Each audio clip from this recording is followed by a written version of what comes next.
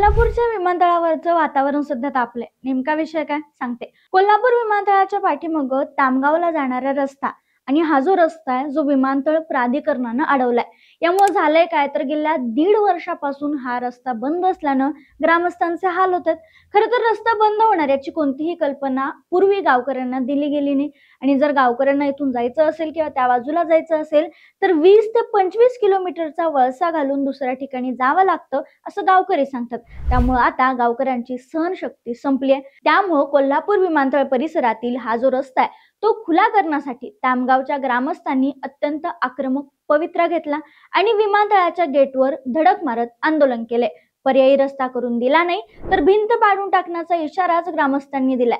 आंदोलकांनी विमानतळावर ये जा करणाऱ्या वैमानिकांची गाडी देखील अडवून ठेवली होती. पोलिसांनी निवेदनाच्या माध्यमातून आंदोलकांचं म्हणणं जाणून घेतलंय आणि आंदोलकांचं हे म्हणणं प्रशासनामार्फत पोहोचू अशी भूमिका घेत आंदोलन न करण्याची विनंती केली आहे. मात्र आंदोलक ऐकण्यास तयार नाहीयेत.